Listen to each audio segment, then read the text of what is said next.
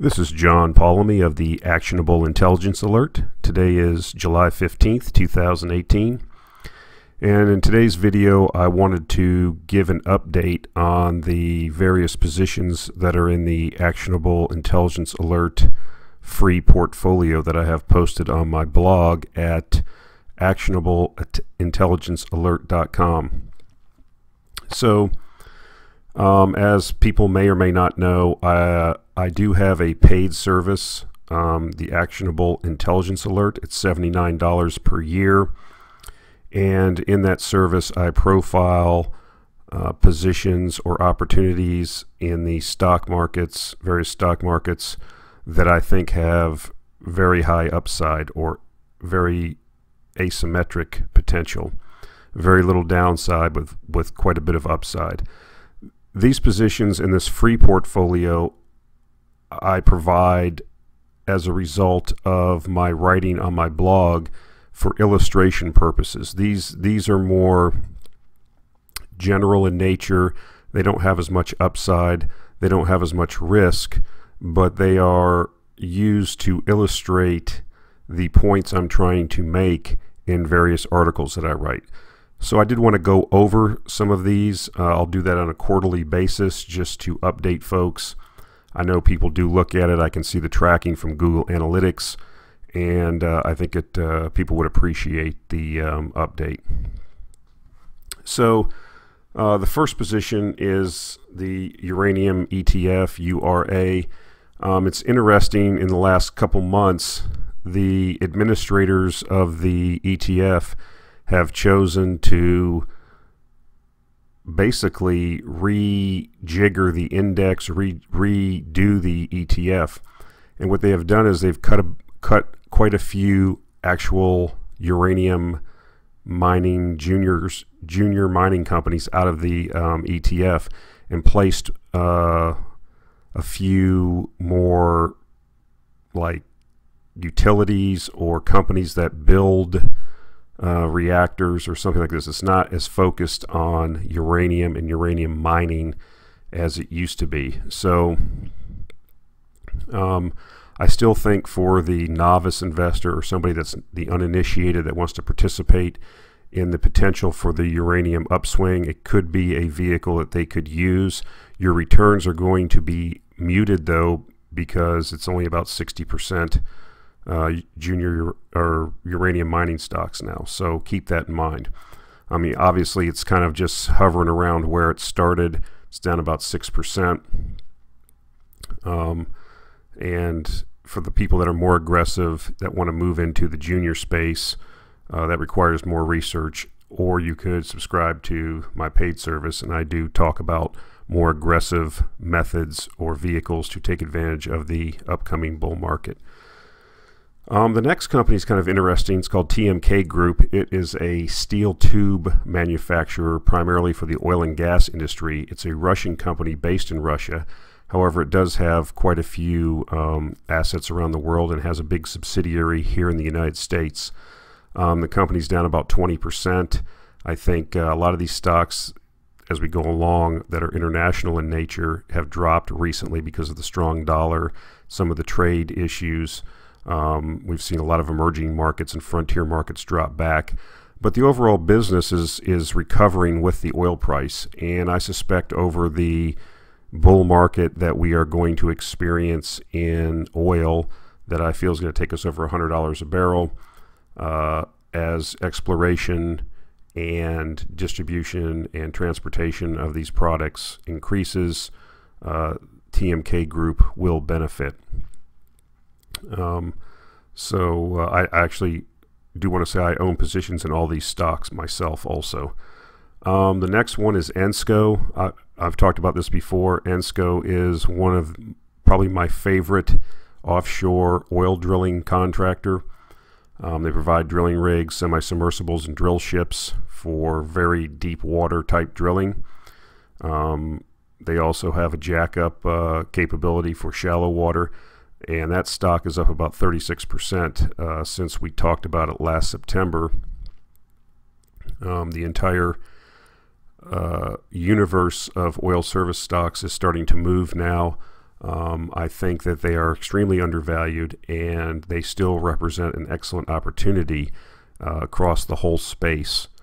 The offshore oil drillers in particular were massacred during the bear market we had in oil, and as oil exploration decisions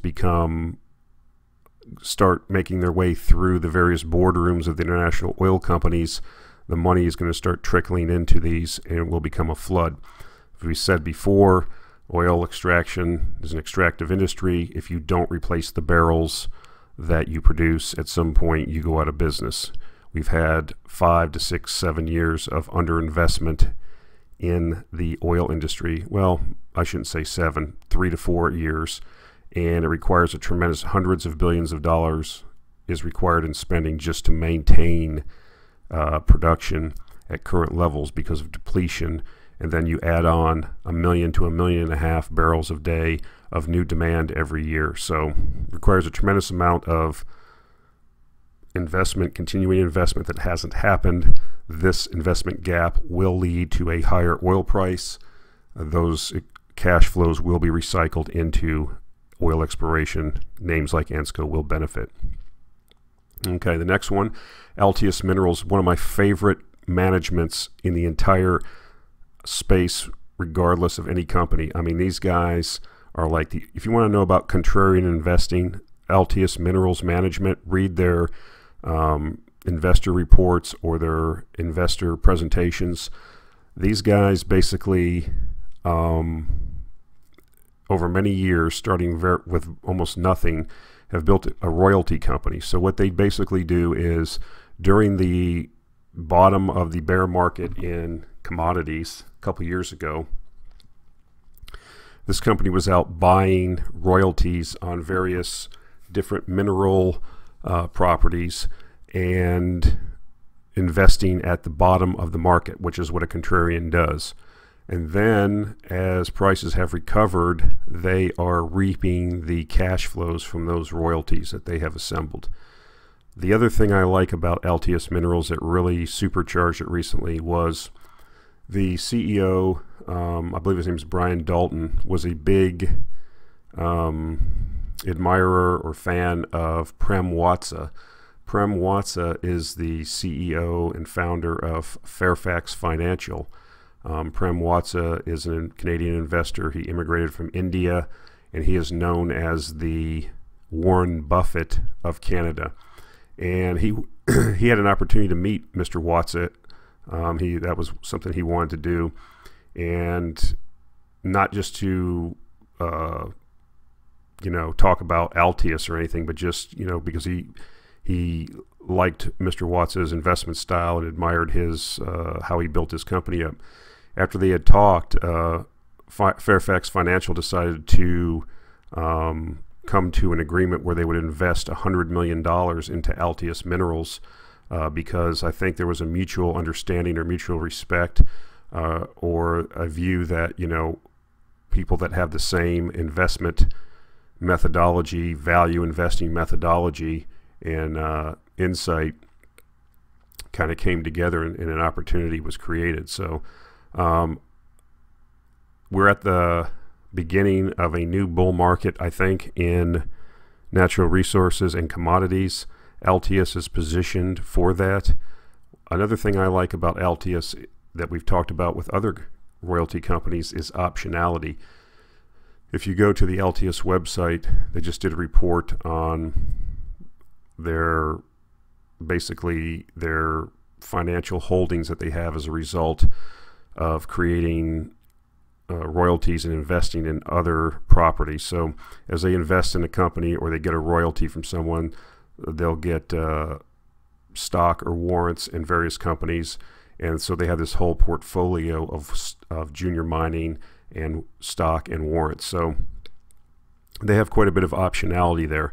So that's one of my favorite companies. I mean, they really do know how to create wealth. I've been through a couple cycles, commodity cycles, owning Altius. I mean, you don't buy and hold it forever. I mean, you buy it at these low levels, and then when the commodity cycle peaks, we sell it. So In the meantime, it's a very high margin business, 80-90% margins. They pay a dividend. They've bought back stock.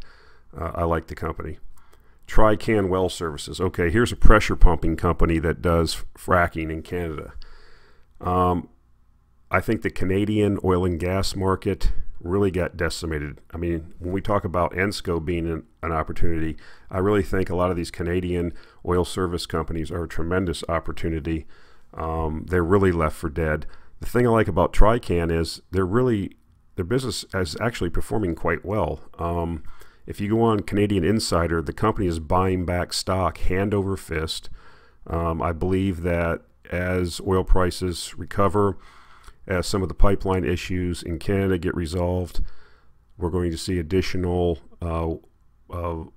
drilling and work, especially in the Montney as it develops. I think it's going to be kind of like a Bakken or Eagle Ford, and we're going to see a tremendous blow up in investment over the next 5 years up there. Trican is at the bottom of its cycle. I like the company. It should perform well if oil prices continue higher. Jericho Oil. This is a company that I kind of learned about when I was building a wind farm in Oklahoma, right outside of Oklahoma City. There is an oil field, shale play called the Stack Play. It's in Kingfisher, Canadian, Blaine County, basically the north side of Oklahoma City and the counties to the north and northwest. There's a lot of big players there, like Newfield. When I was there, Newfield was pumping $1 billion into this field. It was unbelievable, the amount of drilling that was taking place while we were building the wind farm, the amount of pipeline gathering systems that were being put in that we had to work around. I mean, you could just see the money, pumping stations, the whole gosh darn it. So Jericho is another company of contrarian people. What they basically did is during the bottom of the last oil cycle, when oil was, selling down at 35, 40 bucks a barrel, whatever, there was a lot of distressed operators in these areas. Jericho is well funded by some wealthy Oklahoma families that have tremendous resources, and they were able to put together a very substantial land package at these very cheap prices. So now they're in the process of going through, and they've done some drilling, they've had success, but they are going through the process of kind of delineating what they have and making and kind of going through the science, if you will, of basically showing what they have and kind of getting into a development methodology. So I think it'll do well as oil prices move higher. It's traded higher than it is today, but it's pulled back recently. This is the kind of stock that if it doesn't have a lot of news, it will have a tendency to drift lower. But like I said, it has a tremendous amount of investor support from the owners and from its supporters, the moneyed families that own quite a bit of it. Dynacor Mines, I like this company. It's a gold. It does not really mine gold. What it does is it has processing plants in Peru. They had a tremendous problem in Peru with basically peasant miners were going out and mining gold and processing it themselves using cyanide and other mercury, and mostly mercury, I believe, but it was a way to separate the gold and concentrate it. So the Peruvian government passed some environmental laws and basically said that you have to process your gold through certified processors, and Dynacor became one of those processors. So that's what they do. They have some processing mills there, and these small miners bring their ore there. Dynacor processes it and sells it, and they make a good margin. It's a good cash flowing business. I think that will continue to grow over time. They're slowly growing the company. I kind of like it just based on as a regular business. Obviously, with the gold price kind of being stagnant, there's not a lot of interest in gold stocks, but I think long term Dynacor probably does good. So Nigeria ETF. This is basically a riff on my whole CAPE thing. I try to buy, as I've shown before, countries that have a low CAPE ratio. It's worked for me over the last several years with Pakistan and Egypt, and Nigeria is showing the same characteristics of being a cheap place to do business, or cheap relative to CAPE. So I think with the oil price moving higher, it should benefit the Nigerian economy, and we should see that do well. It's down recently, but like I said, a lot of these stocks are considered foreign stocks or whatever, and we've seen emerging, like I said, and frontier markets take a hit basically because of the strong dollar and some of the things that are going on with the potential for the strong dollar to cause duress in some of these frontier and emerging markets. Now, the next two companies are basically riffs on long-term development in countries that are underdeveloped, that are frontier or emerging markets that are moving towards being developed. They have young populations, and they kind of are around the same thing. It's just a matter of allowing your money to compound over a 10 or 20 year period as these places develop. Yoma Strategic Holdings is a Singapore-based company. All of its business is primarily done in Myanmar, which is opening up. It's basically one of the least developed places in Southeast Asia. And it's run by a guy named Serge Pun, who's been there for 30 years. Even when the military government was in charge of Myanmar, he was able to successfully navigate through and establish contacts and run his business. I think over the next 10 years, as the country develops, this should do well. It's basically a conglomerate. It started out mostly in real estate, but it's diversifying more into consumer, food and beverage, agricultural equipment and tractors, vehicles, cold storage. I mean, they have a bunch of businesses. What they typically do is invest in some business or enterprise that's needed, like cell towers, and then as the thing matures, they spin it out or sell it and then recycle the cash. They are the KFC franchisee. They've got it up to like 25 franchises now, or stores. And they have a New Holland tractor and implement franchise. That thing's booming. So, a place like Myanmar, or the next company I'm going to talk about, Fairfax India, it's just like I said, you're trying to find a vehicle to take advantage of the compound economic growth that's going to happen in these places over the next 20 years. This is when you just buy and hold and put in a coffee can. You just don't even look at it. Let these people that have all the connections and know what they're doing just compound your capital over time.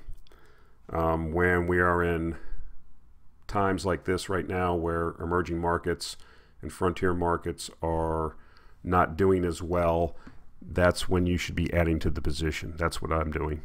And like I said, these are long-term. You just set it and forget it. Now, Fairfax India Holdings is a vehicle. We talked about Prem Watsa earlier being the Warren Buffett of Canada. He runs a company in Canada called Fairfax Financial. It's like a mini Berkshire Hathaway, if you will. Insurance company, same kind of methodology. Recycle the insurance float into other investments and keep the difference. Mr. Watsa, like I said, is from India originally, and if you go back and read some of the investor letters that he wrote for Fairfax India, he explains his thinking and his thought process of why he created this vehicle to invest in India and take advantage of what he sees as the potential over the next 15, 20 years, what's going to happen there. So it's the same thing. If you go and read the investor letters, you will see what they're trying to do, and you will notice that this is another one of those set it and forget it. I mean, if you look at Fairfax Financial, go look at their annual report. The actual company in Canada, they show their investment returns over the last 25 years. Mr. Watson was able to compound, him and his team, I should say, were able to compound the capital at an average return of 17% a year. That's in an economy in North America that was probably, you know, if you're lucky, growing at 2.5% to 3%. The Indian economy is growing at 7 to 8% a year, with the potential to maybe grow at 10 or 11% per year. I can't imagine what the returns would be over 10 or 20 years in an economy that's growing 7 to 8%. So that's why I like Fairfax India Holdings. And like I said, the same thing applies to Yoma. You're basically buying the jockey. You're saying that these guys know what they're doing, and you want to participate by holding for a long term. But this is kind of like we were talking about in the video, 100 to 1 in the stock market. These are not trading vehicles. It's not something you just buy and then 3 months from now, if it's down 20%, you get all nervous. You just buy more if it drops 20%, because these places are going to grow. These places are going to be bigger economies in 10 or 20 years, and these vehicles will take advantage of that. So that's the update for the free portfolio. Like I said, you can see below that it says investor pick or newsletter pick 1, 2, 3, 4, and 5. Those are in the paid newsletter.